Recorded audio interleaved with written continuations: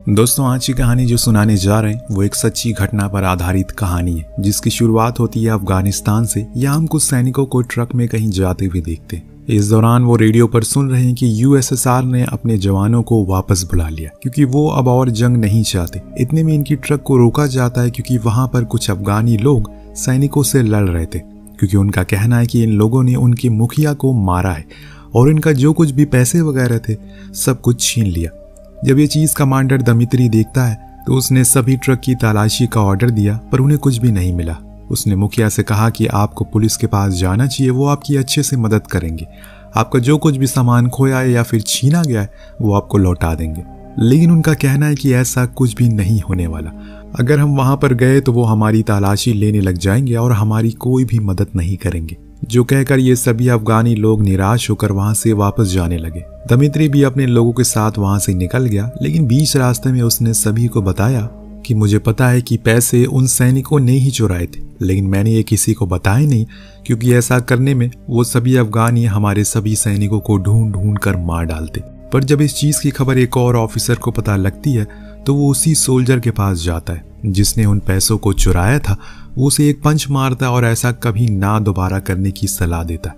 वहीं दूसरी तरफ हम एक बाप बेटे को अपने घर में जाते हुए देखते, लेकिन तभी आसमान में एक तेज धमाका होता है। जब उस बच्चे की नजर पहाड़ी पर पड़ती है तो वो देखता है वहां पर एक फाइटर जेट क्रैश हो गया, लेकिन उसके पायलट ने खुद को इंजेक्ट कर लिया है। इसीलिए वो फौरन उसके पास जाता है और उसी की बंदूक उठाकर उस पर तान देता है। लेकिन पायलट बड़ी ही समझदारी से उसे समझाने की कोशिश करता है कि इसे फेंक दो, ये बहुत ही खतरनाक चीज है। लेकिन वो बच्चा जब तक समझ पाता वहां पर तालिबान के लोग आ जाते जिन्होंने उस प्लेन को नीचे गिराया था। अब वो उस पायलट को भी बेहोश करके अपने साथ ले जाते हैं। उधर दमित्री देखता है कि उसके एक और काफिले को तालिबानियों ने मार गिराया, जिसमें कई सारे सैनिक मारे गए। जो देख वो जनरल के पास जाता और उसे बताता है कि ये चीज उनके साथ तीसरी बार हुई है। उनके लोगों को बेरहमी से मारा जा रहा है और फिर उनके सामानों को भी छीन लिया गया। जो सुन जनरल बताता है कि मुझे ये बात पता है और ये भी पता है कि आज सुबह एक फाइटर जेट क्रैश हुआ है और तुम्हें पता है कि उसे कौन उड़ा रहा था। दमित्री पूछता है कि कौन, तो जनरल बताते हैं कि मेरा बेटा। मुझे ये भी पता है कि उसका प्लेन कहाँ पर क्रैश हुआ, इसीलिए अब ये जिम्मेदारी मैं तुम्हें देता हूँ कि मेरे बेटे को किसी भी तरीके से रेस्क्यू करके लेकर आओ, फिर चाहे तुम्हें कुछ भी करना क्यों ना पड़े।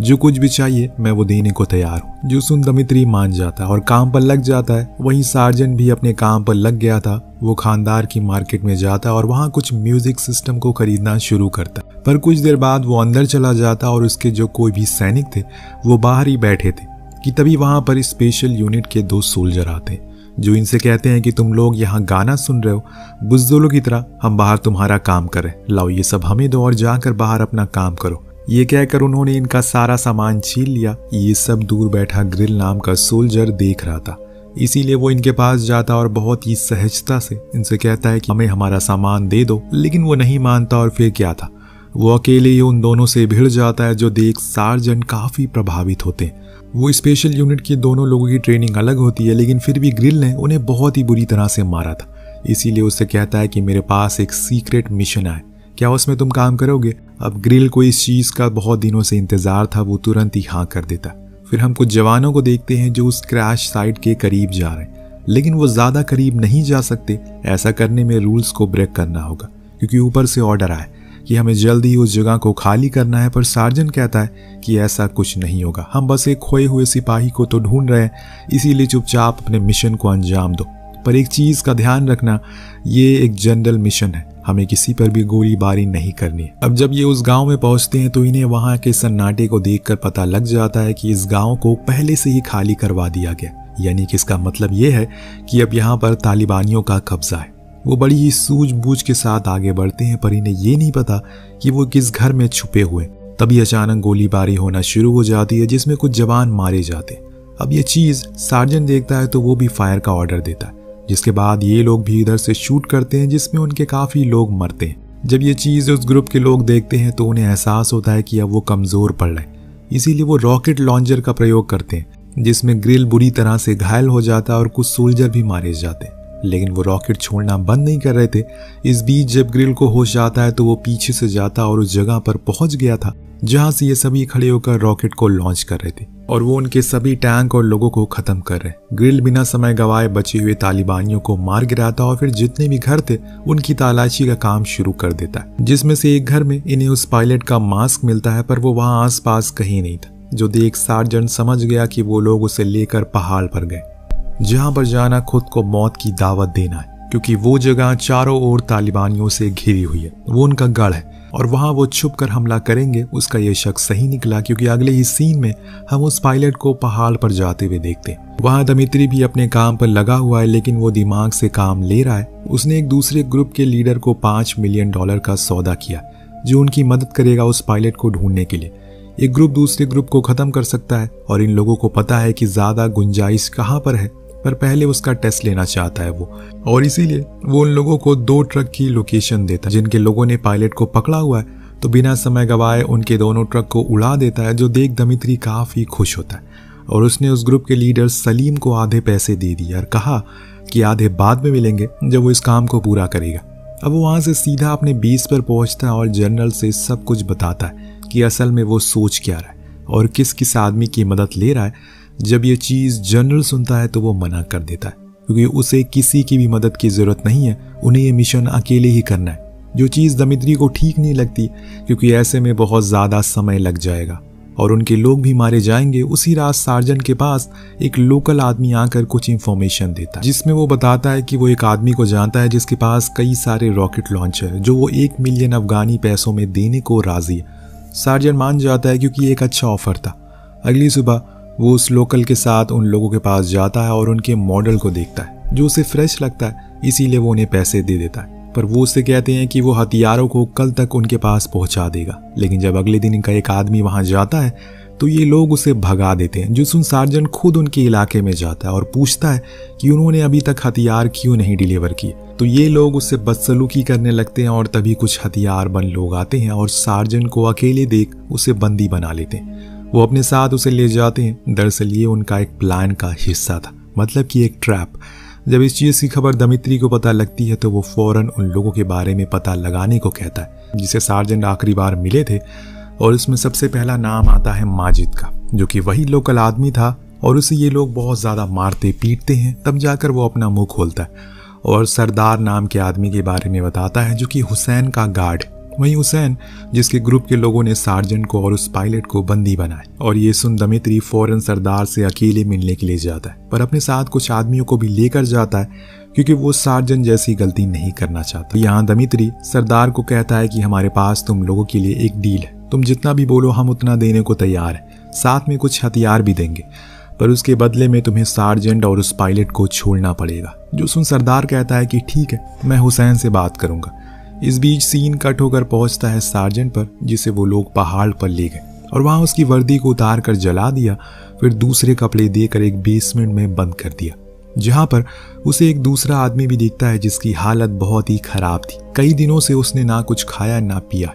सार्जेंट उसे बात करने की कोशिश करता है, पर वो कुछ नहीं बोलता और चुपचाप बस उसी हालत में बैठा रहता है। यहाँ दमित्री और उसके साथी वापस आने लगते हैं अपने बेस की ओर। तभी उनका जो ड्राइवर होता है वो ट्रक से उतरकर अचानक से भागने लगता है। अब ये कुछ समझ पाते कि इतने में उनके ऊपर हमला हो जाता है। पूरी ट्रक पलट जाती है। अब धीरे धीरे तालिबानी इनकी ओर बढ़ रहे थे, लेकिन इतने में वहां पर यूएसएसआर के टैंक आ जाते हैं, जो उन सभी पर हमला बोल देते और एक एक करके सभी तालिबानियों को मार डालते। तब जाकर इनकी जान बच पाती है। लेकिन दमित्री को अब माजिद पर शक होता है कि कहीं उसने ही इनकी लोकेशन तो नहीं बताई, इसीलिए ये लोग उसे ढूंढते और बहुत मारते।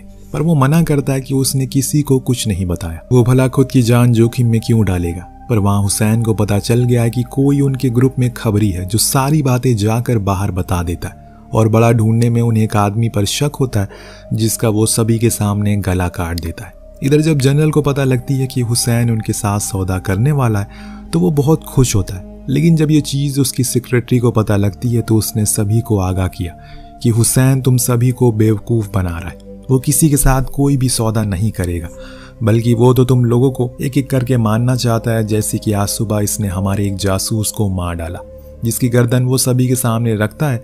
जो देख दमित्री बोलता है कि अब बस बहुत हुआ, हमें ये चूही बिल्ली का खेल बंद कर देना चाहिए। जनरल, मैं ये चाहता हूँ कि हम एक रेस्क्यू मिशन करें, जो कोई हमारा वहां पर लोग बंदी बनाए हुए हैं उन्हें हम वापस लेकर आ जाए। वैसे भी कुछ दिन बाद हम यहाँ से जाने वाले हैं। यहाँ से जनरल को किसी भी कीमत पर अपने बेटा चाहिए था, इसीलिए वो मान जाता। लेकिन उधर हुसैन ने तो सौदा करने का मन बना लिया है, क्योंकि उसे ये अच्छे से पता है कि उनकी आर्मी बहुत बड़ी है और अगर ऐसे लड़ते रहे तो किसी का भला नहीं होगा। इसीलिए आज उसने सार्जेंट को बाहर निकाला, उसके साथ एक और आदमी को भी, जो कोई और नहीं बल्कि एलेक्स है, जनरल का बेटा। उसकी इतनी खराब हालत हो गई है कि खुद सार्जेंट उसे पहचान नहीं पा रहे।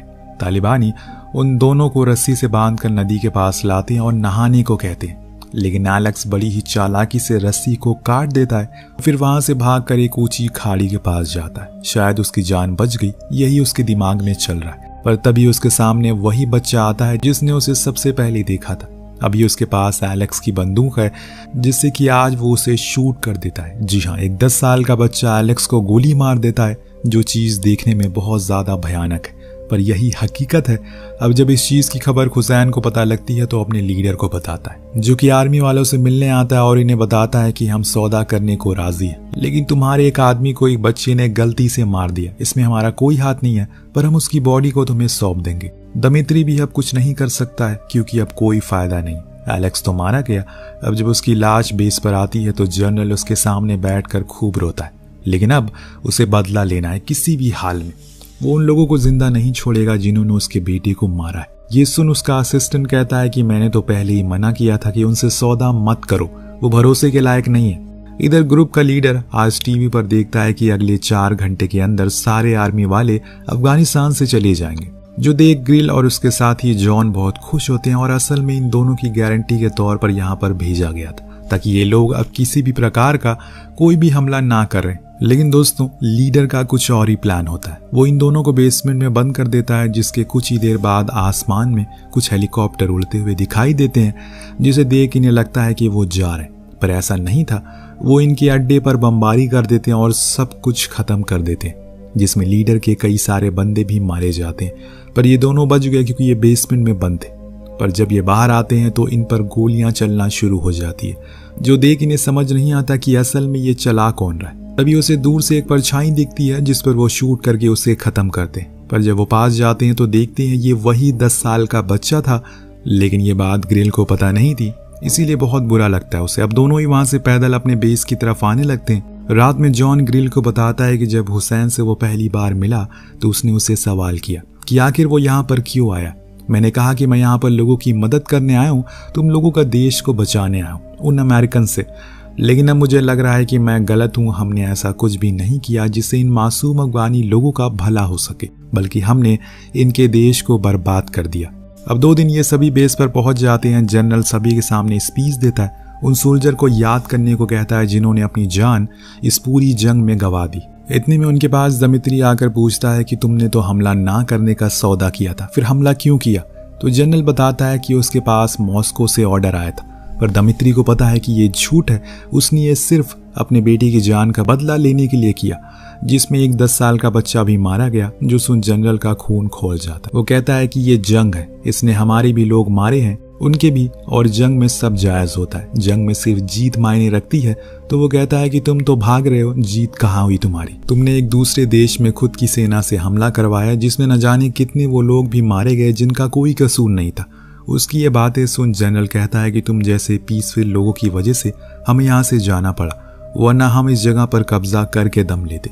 आखिरी में हम देखते हैं कि जितने भी लोकल आर्मी के खबरी थे वो इनसे मिलने के लिए आते और दमित्री का खबर कारपेट तोहफे के तौर पर देता है, जिसे लेकर वो हमेशा के लिए अफगानिस्तान छोड़कर चला जाता है। शायद यही वजह है कि अफगानिस्तान को हुकूमतों का कब्रिस्तान कहा जाता है। बहुत से आए और बहुत से चले गए, लेकिन किसी बाहरी ताकत ने कभी भी अफगानिस्तान पर राज नहीं किया। चाहे वो रशिया हो या फिर अमेरिका, हमेशा उन्हें वापस जाना ही पड़ा। तो आपको कहानी कैसी लगी हमें कमेंट करके जरूर बताइएगा। मिलते हैं अगली वीडियो में। Thank you so much watching. Peace out.